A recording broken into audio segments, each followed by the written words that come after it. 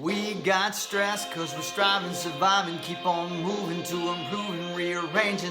The whole world's changing, pandemic, systemic, rule making, rule breaking, disagreeing, no, we're fighting or fleeing. Got a mind. Hey, the stress divides me. The stress divides me. Wanna mind the gap, hey. Wanna mind the gap, hey. Welcome to Minding the Gap. This is Paul Bakke with Behavioral Sciences of Alabama, and I'm here with Dr. David Barnhart.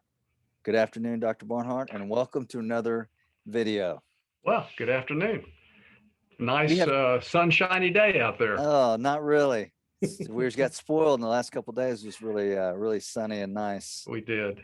But my new bushes need the rain, so I'll be happy for the nourishment, and hopefully they'll all grow without a bunch of brown stuff in the leaves. Because I'm a gardener now. Well, I think you and a lot of other people have become gardeners. The pandemic made me a gardener. I started with noticing how terrible my yard and my bushes looked. So I just got rid of all of them and planted all new stuff. I had no idea what I was doing. And it really kind of gave me an idea about the videos too, because I would watch this gardening video of this guy that was doing these videos. And, we started talking about, we can do that on YouTube. We can talk about anxiety and OCD and all the things that we talk about. So here we are, a year or so. Was it a year now? No, not a year. Yeah, it's been a year since the pandemic. So we started with the ideas of the videos, and we have 25 now. Can you believe that? We do. Yeah, and we've had some very positive comments. Yeah, 3 of them. And 3 of them, exactly. And other people just don't take the time. They don't take the time. So we're going to work on how do we change people's behavior so they start watching more of our YouTube videos, because we're putting some good information out here. I think it's good. I think it's pretty good. I hope it's good. We've had good comments. The 3 that we've had. You get the 3? Yeah, we're looking for 4. So if anybody has, don't make any negative comments about how the opening of this. Yeah. This has been terrible, and what are you talking about? Don't cause us to be defensive. Anyway, so yes, changing behavior. That's it's hard to do that. Why is it so hard? Yes. Well, I think it has to do with how we're wired. It's how we're wired. When we're born, we don't immediately have use of our hands. Whereas if you're a baby horse, a colt, is that what you call them? A colt? Colt. Whatever. They can walk immediately. They start moving around right away. But we don't. They're a baby. Their brains, of course, we have large brains, and there's a lot of wiring to do, right?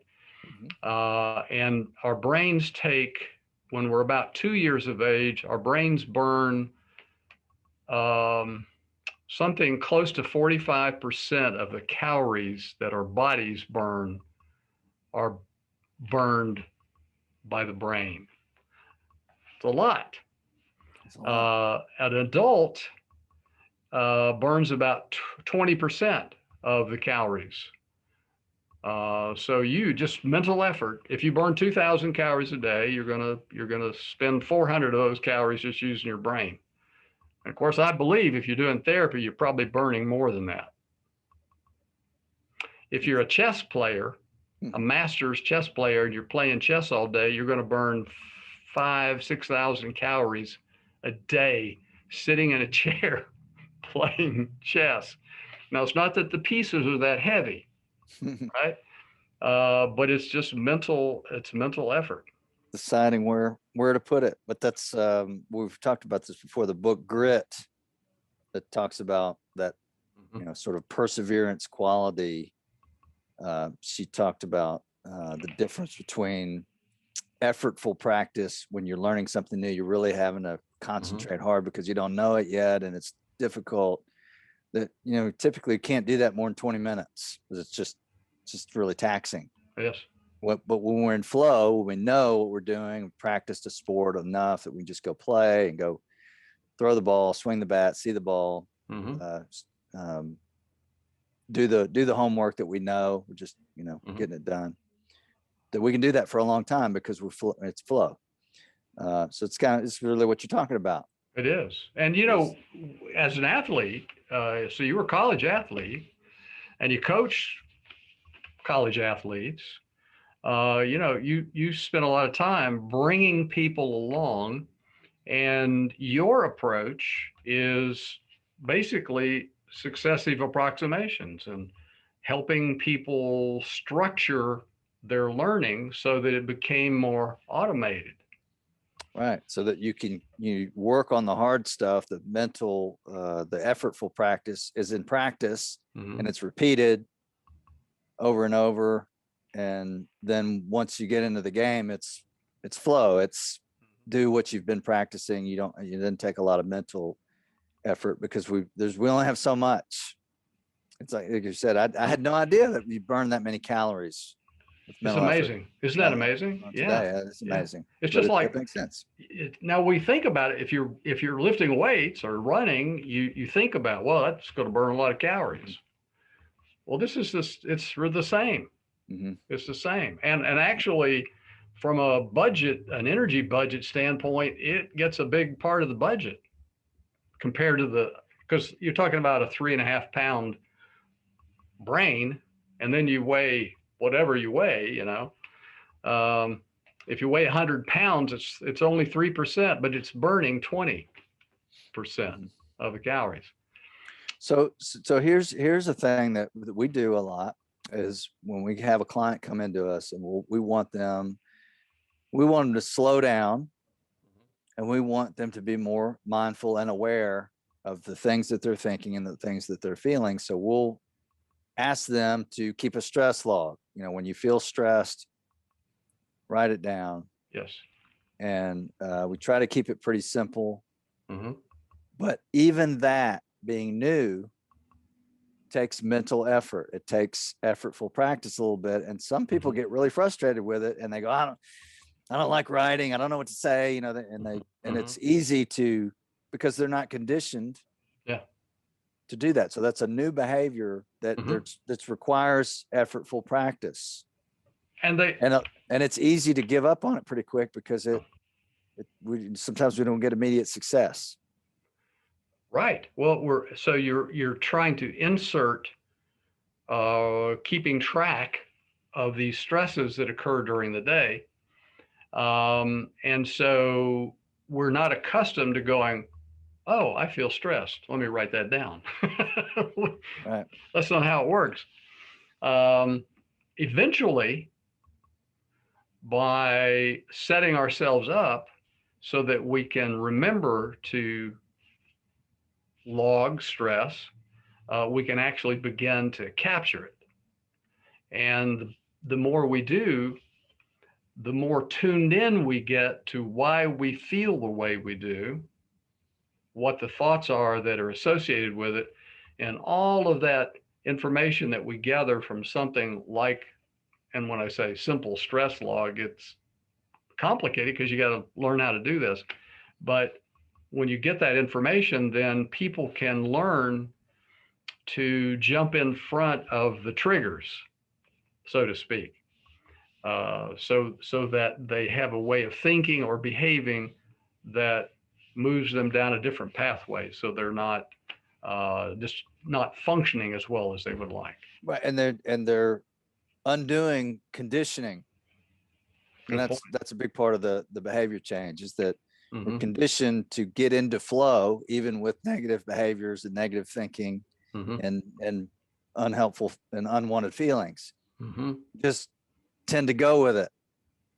Yes. And stopping and doing something different takes more effort than just continuing this conditioning, even though it's not good for me, even though it leads me to worry more or to be angry or anything like, anything that we would say that we wouldn't want to do. So it's undoing that conditioning, which is very difficult to change in behavior because you have to stop and think but, and I think about the pandemic. I remember when it first started, and like I was saying, I was, now gardening is back in this, right? I'm out there planting things, bushes in my yard, and a friend of mine comes by and stops and rolls his window down, and I'm having to think about how close do I get to him? Do I shake his hand? It's very upsetting, because flow would be, hey, Mike, how you doing? Shake your hand, pat him on the shoulder. Don't worry about how close we are to each other, really, except for personal space kind of stuff. But having to stop and disrupt what I'm used to doing is very uncomfortable. And you think about, we've had to do that for a long time. Yes. And now when we get back to normal, whatever that is, it's going to be uncomfortable to take the mask off and to be close, and that's going to be uncomfortable because we're used to being more aware. But it's really that stopping what's automatically sort of been conditioned for us to do, either think, behave, respond. So it takes effort. It does, and it's challenging, and it's uncomfortable to have to do that. And it's, sometimes it's simpler in the moment to just go with what you know. Yeah. Even if it gets me in trouble and it gets my voice raised and I do the wrong thing, it's just, I know it. I know how to do that. Yeah. And just knowing that it's going to get you in trouble isn't enough. And that's a mistake that we make. We say to our kids, we say, I've told you about this. Why did you do that? Exactly. I've told you that. Why did you do that? There's no good answer, right? No, unless you got a kid that can make up really good answers, because unless they say, well, I've been conditioned to do this for a long time. Yeah, I got you, Dad.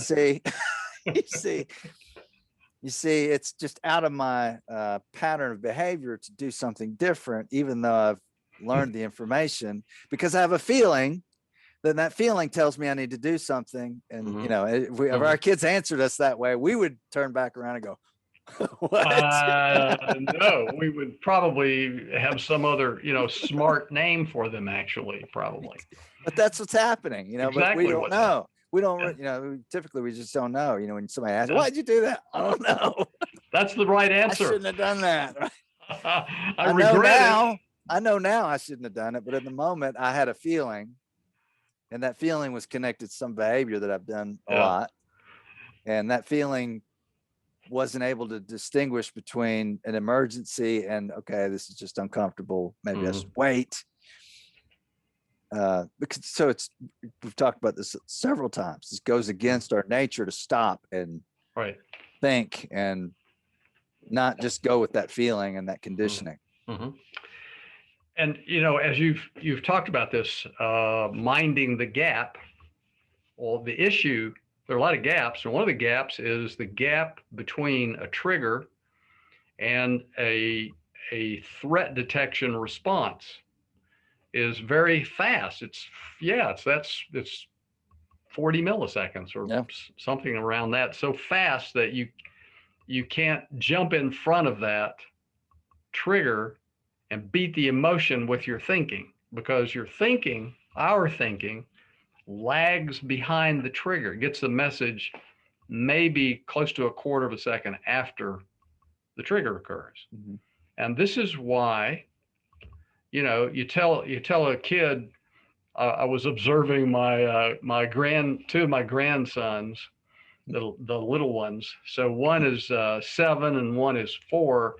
And the 4-year-old, I don't know, did something irritating and kind of pushed the big one, and the big one put his fist and, pushed the little one away. And I'm watching them.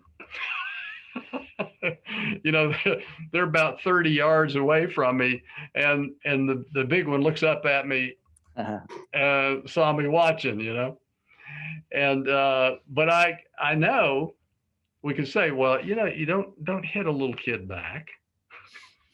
And he didn't really hit him, but the defensive response is automated.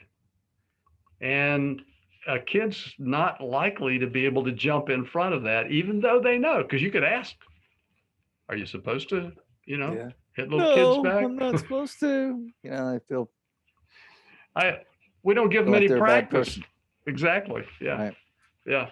And you've said this a lot too. It's not a character flaw. No. It's your brain defending Yes. what it detects as a threat. Right. So, and on the other side of that, I talked to a parent who knows that he's got to work on his anger. He knows that it's not helping. Mhm. And he's asking, we're talking about ways to get in front of it, and part of that is when you're upset, when your son disrespects you and refuses to do a simple thing, you're going to feel upset. You're not going to like that. That's okay not to like that. Yeah. But recognizing that feeling, preparing for that situation, stopping and giving yourself time to calm down so that you can respond is you can get ahead of that, but it's just going to take practice. It's going to take you thinking about it. It's going to take you role playing it sometimes. Mhm. It's going to take having a piece of paper that you've written exactly what to do, Mhm. that you just read that instead of what your mind tells you to do in the moment, Mhm. to be able to get in front of that. But at least you know what the trigger is. Yes.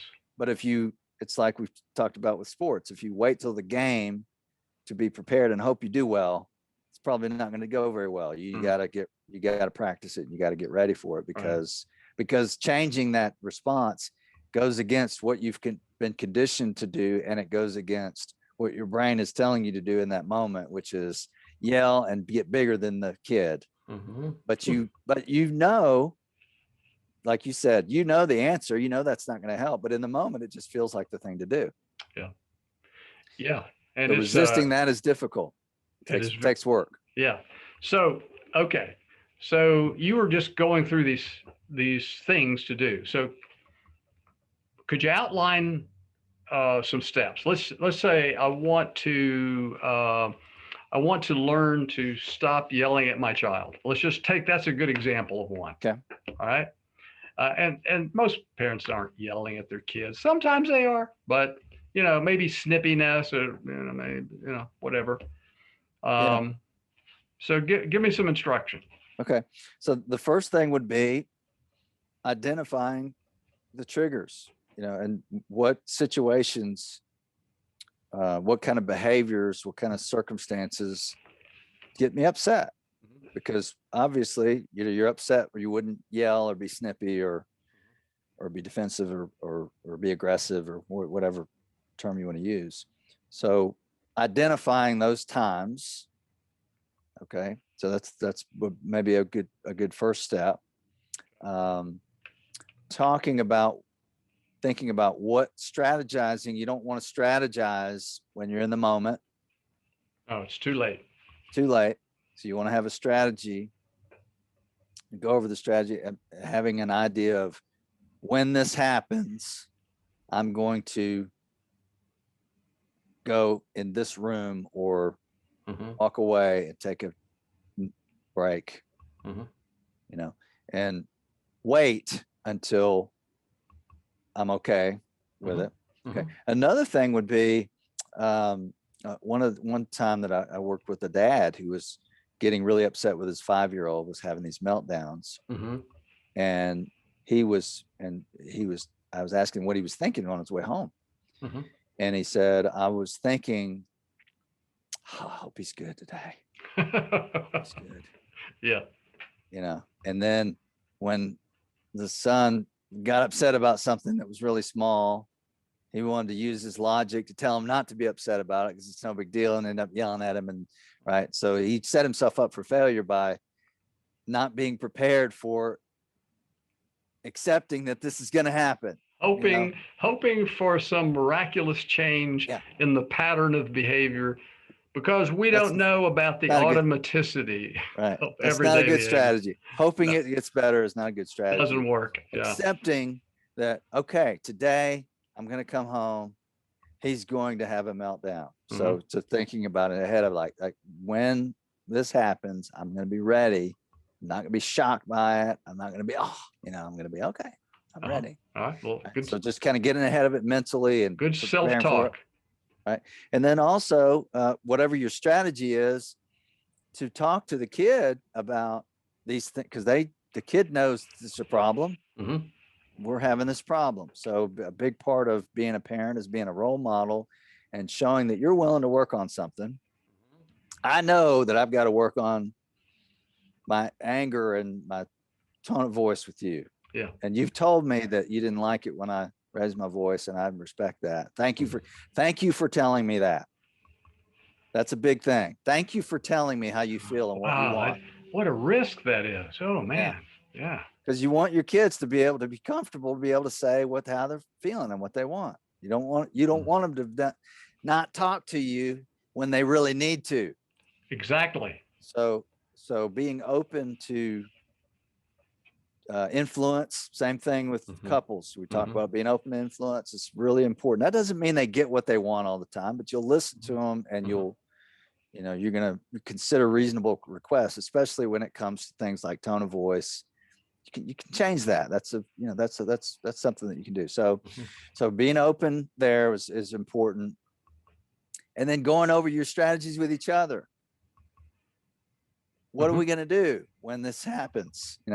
What's our plan? So if my kid's upset and he says, I need a minute, and goes and walks in his room, that's not taking as disrespect. That we decided that's what he's going to do. Or when I say I can't right now, the kid doesn't feel rejected and it's not willing to deal with it because it's already been decided. Our brains are not in a position to do this. We're okay with waiting. It's this idea of, if it's not an emergency, everybody's safe, you have time. Nothing has to be discussed right in the moment of upset, unless somebody's in danger, then you don't have time. Yeah.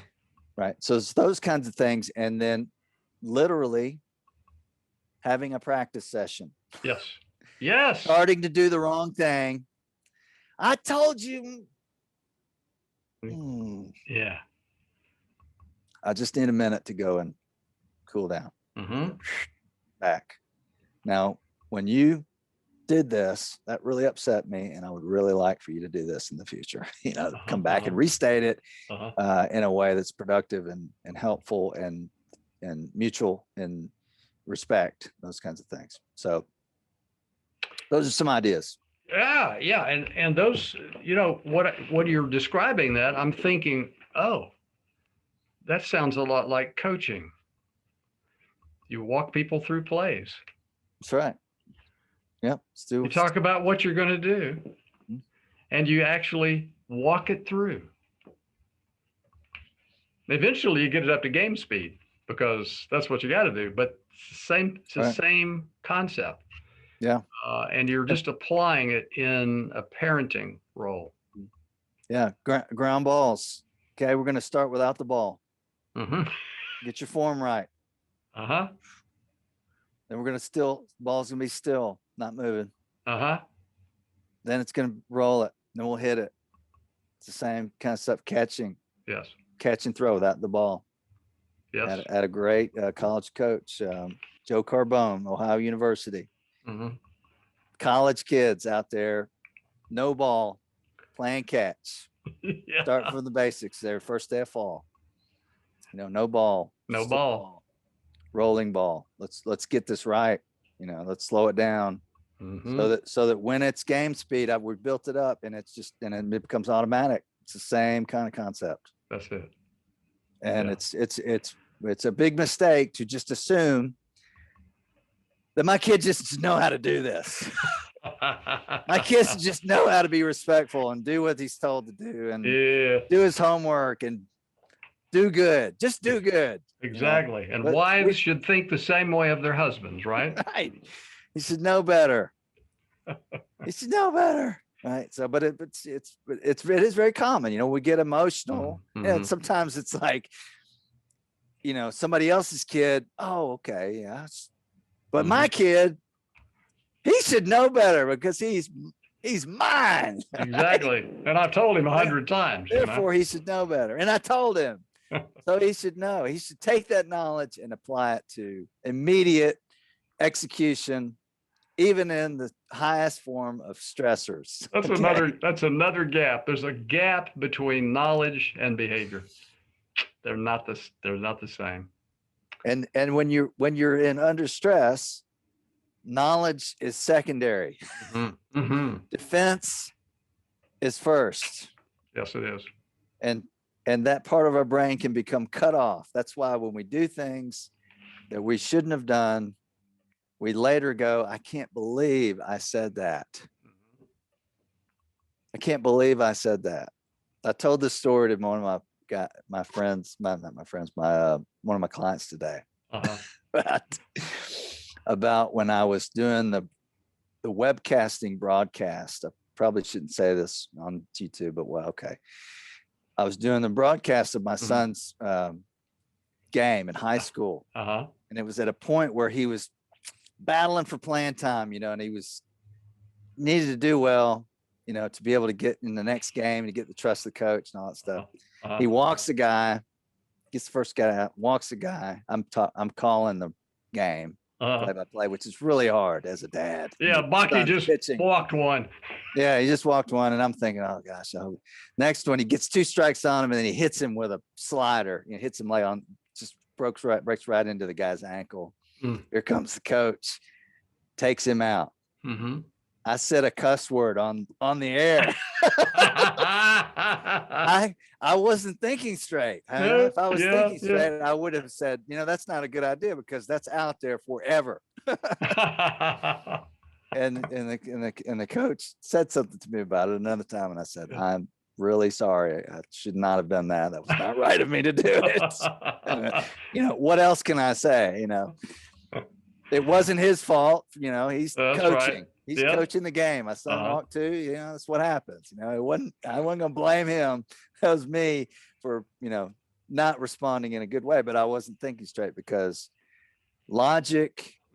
Even though I think I have the ability to be logical most of the time. At least I have the ability. I don't do it all the time. Logic was blocked off, and it was all about.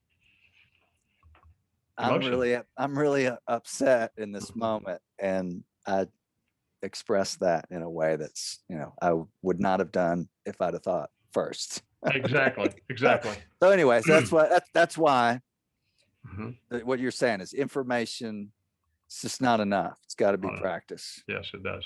Got to be practice, especially when we've practiced something that's over and over. That's we keep getting us in trouble and keeps, you know, we recognize it's not helpful. But it's a process to make those changes. Yes, it is. So you talked about successive approximation. That's really about need to reinforce any step towards getting better. It's really important to be able to say, okay, I'm not perfect yet. I'm not where I want to be, but I'm getting closer. I'm making less mistakes. I'm catching myself 5 minutes after I'm upset instead of the next day, you know, whatever it is. And I'm working it back towards catching it before it happens and seeing it coming. But it can happen, and it just takes some work. It does. And takes some patience. Yep. Yeah. So maybe we could look at some specific things relative to changing things. You know, if I want to change a habit, we could maybe look at that in some future episodes. Sure. Let's do it.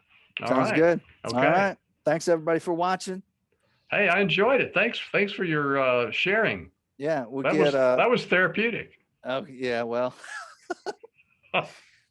it's embarrassing, but you know, oh well. Oh, thank you. That was very good. So Okay. I got a bunch of those. Well, maybe we'll just have one time where we just self-disclose a bunch of stuff, you know. All right. Anyway, so anyway, my point with telling that to a client today was it was actually a high school kid that was it's okay to be upset about something not going well in sports. It's okay to be upset about this thing that's not going the way, and Right. it's not a character flaw. It's your brain telling you to do something that maybe is not a very good idea because your logic is cut off. And so it's a matter of practicing perspective and working on it. That we're all, I'm a counselor. I'm supposed to know all this stuff. I do know a lot of stuff, but it still means that I get emotional. I make mistakes too. And Yes. for anybody that's listening, that's, if you're having a hard time, it's not a character flaw. It's just a matter of working on it. And sometimes, and maybe you can have a sense of humor about yourself, about some of the mistakes you make, and maybe that can help you. Absolutely. But it's about moving forward. So anyways, Yes. thanks to everybody for watching. Dr. Barnhart, it's a pleasure as always. All right. We'll do it again. Take care. All right.